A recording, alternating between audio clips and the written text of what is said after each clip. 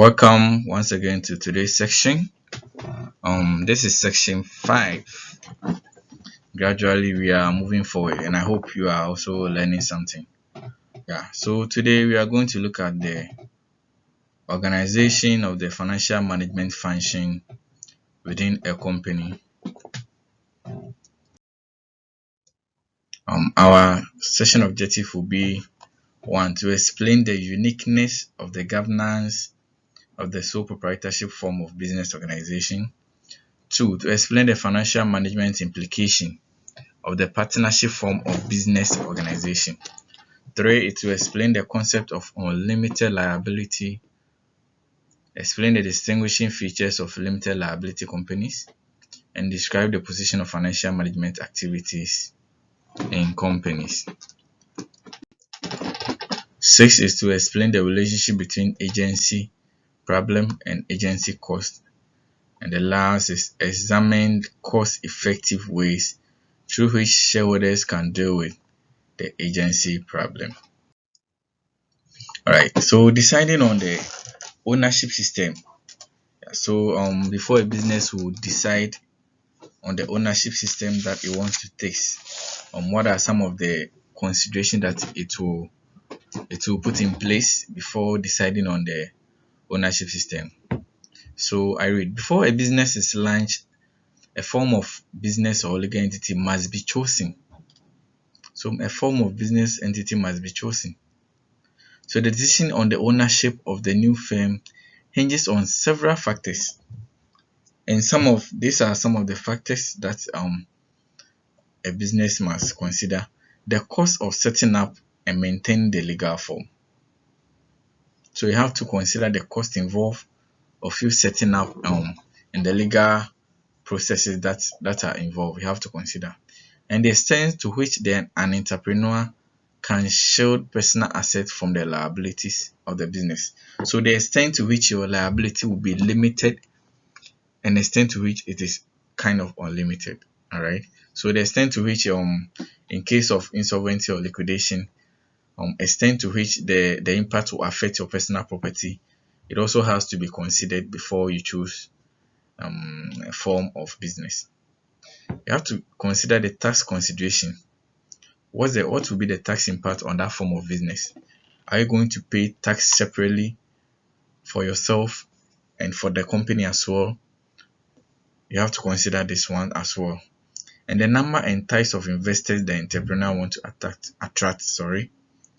If you intend to go public, it has to influence the form of ownership that you will choose.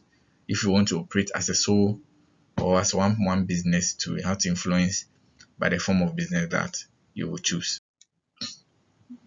So these are some of the form of business organization that we have. So let's start with sole proprietorship. So sole proprietorship is a business that is owned and managed by one person or one individual. The business and the owner are one and the same in the eyes of the law. The owner is the business is the owner. That is sole proprietorship.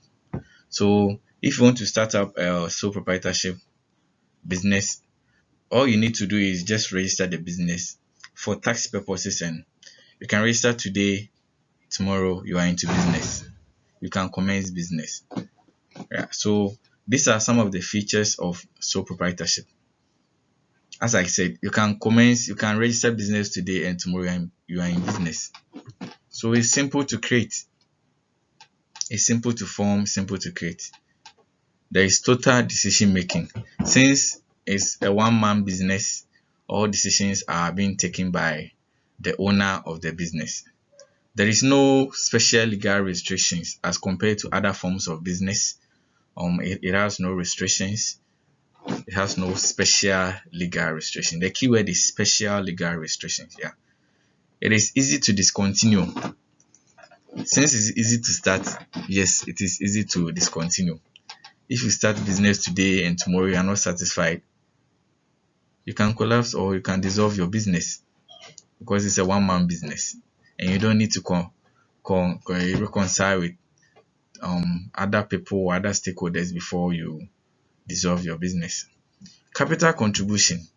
Hmm. All the capital are borne by one person. That is the owner of the business. Yeah, that is another feature of the sole proprietorship. It has unlimited liability. That is in the event of insolvency or insolvency where the owner is unable to pay for the liabilities of the firm, it will extend to the personal property of the owner. Yeah. So if the profit made by the business can't defray the cost, they will extend it to your personal property. And it's also limited skills and ability. As a saying goes that two heads are better than one. But when it comes to sole proprietorship, we presume that it's only one head. So it has limited skills and ability. It also has limited access to capital, which is similar to the capital contribution. Yeah, because it's a one-man business. Most financial institutions are unwilling to give you a huge sums of money to pump into your business.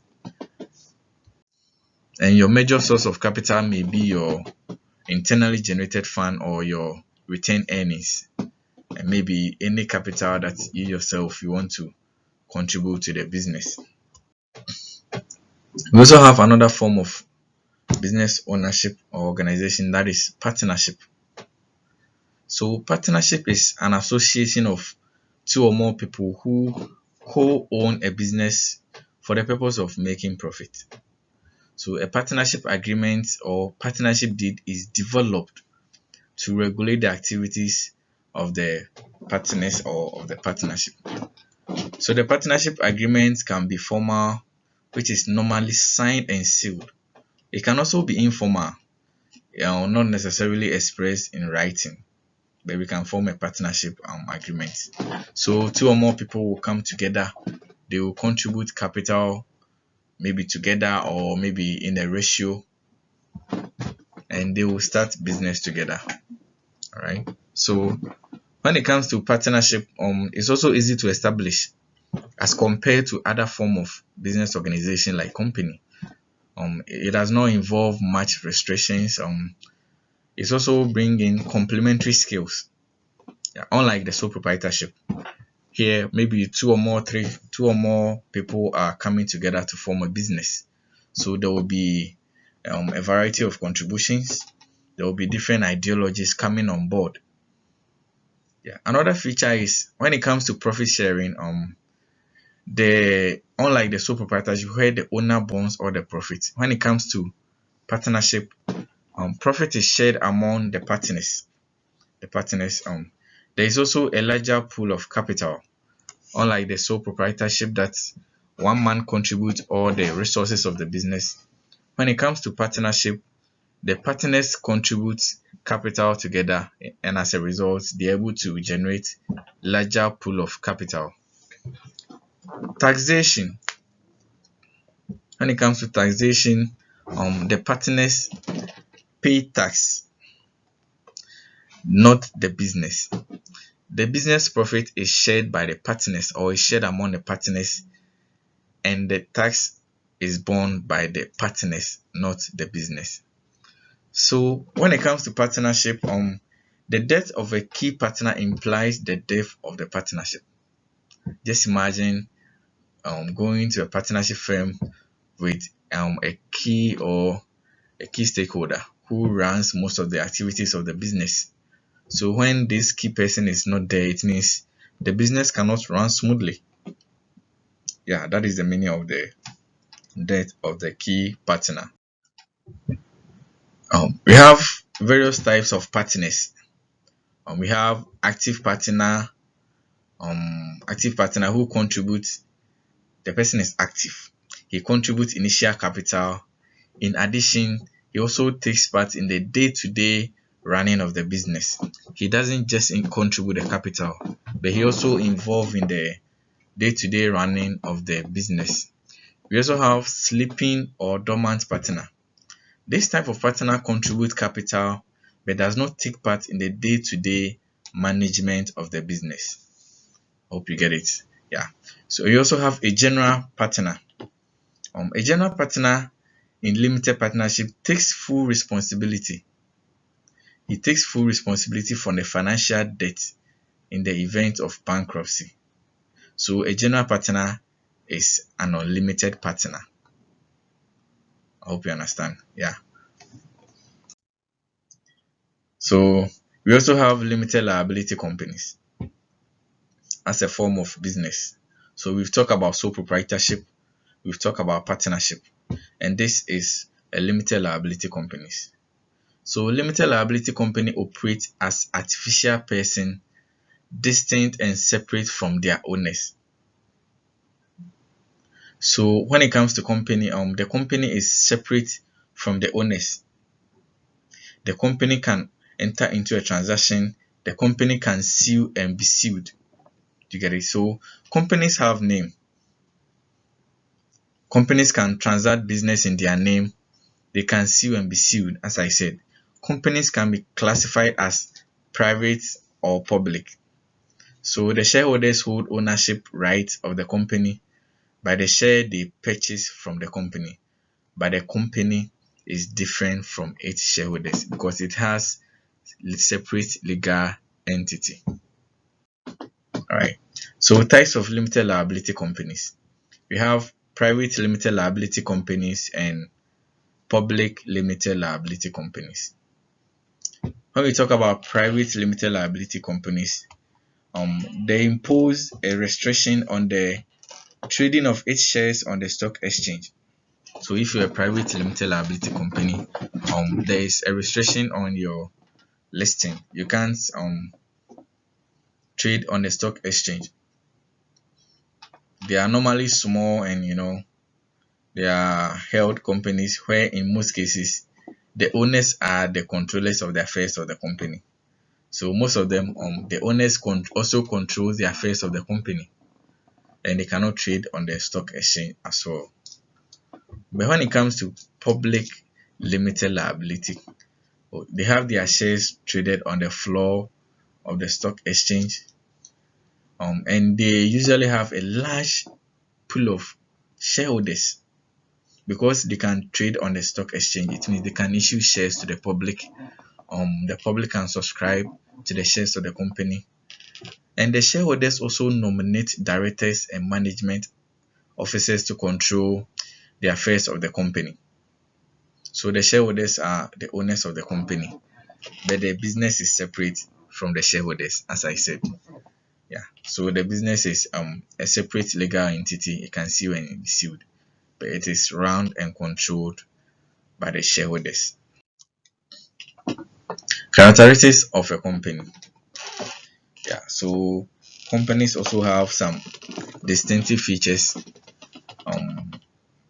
as compared to the other form of business, like the sole proprietorship and the and the partnership. So more capital than partnerships. Company involves a large pool of people coming together to form. And this is a company, whether private or public, it involves various people from different backgrounds and all that. So since companies can go public, since they can get listed, since they can issue shares on the stock exchange, it means they can pool huge sums of money to run their business. So there is greater specialization and division of labor because of specialists. Yeah, because it involves a lot of people. There are a lot of people coming on board with special and distinctive skills. Each one have a special role that it plays in trying to bring performing well for the well-being of the company. There is also more permanent as it has continuous existence. So there is perpetual existence. The death of a partner, the death of a shareholder does not lead to the liquidation or the halt of the business or the company. Because there are huge people there who continue the business, and as such, the business is also separate from the owners. It has legal separate entity. Shareholders may have limited liabilities. Alright. We also have unlimited liabilities. So shareholders may have limited liability in the sense that in the event of insolvency, the extent of the loss they will incur will be the amount that they contributed in the business. That is what they are going to lose in the event of insolvency. Companies also enjoy economies of scale because they can buy in bulk.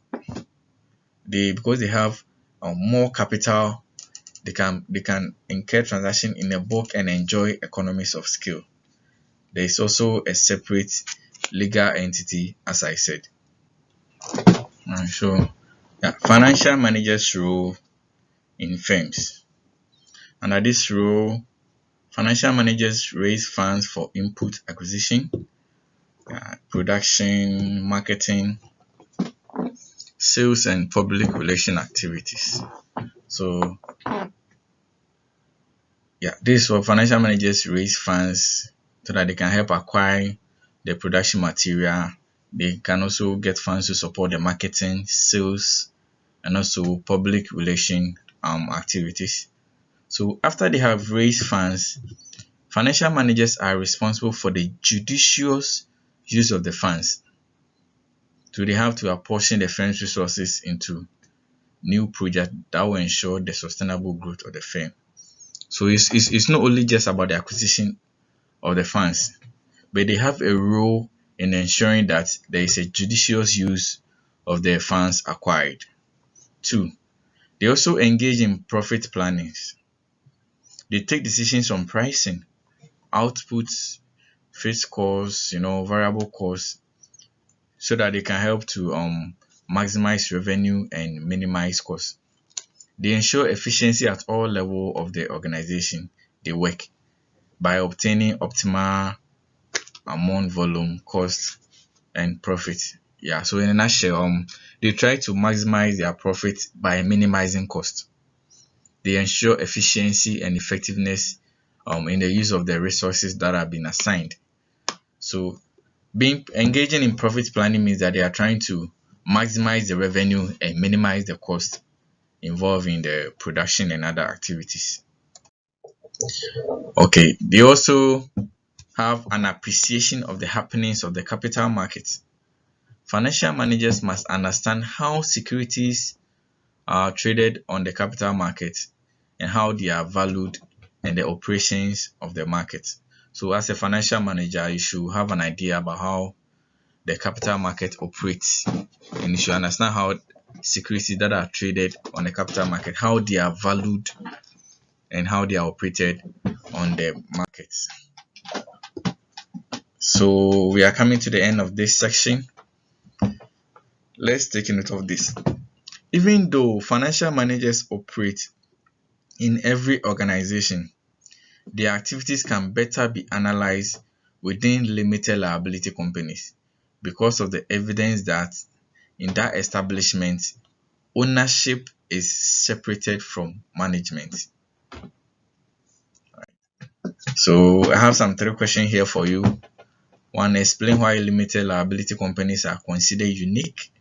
Discuss the role of financial managers in modern organizations, and describe the structure of financial management organization in modern firms. Try and go through as you learn this section. And thank you. And this will be the end of today's section. I will see you in the next section. Bye bye.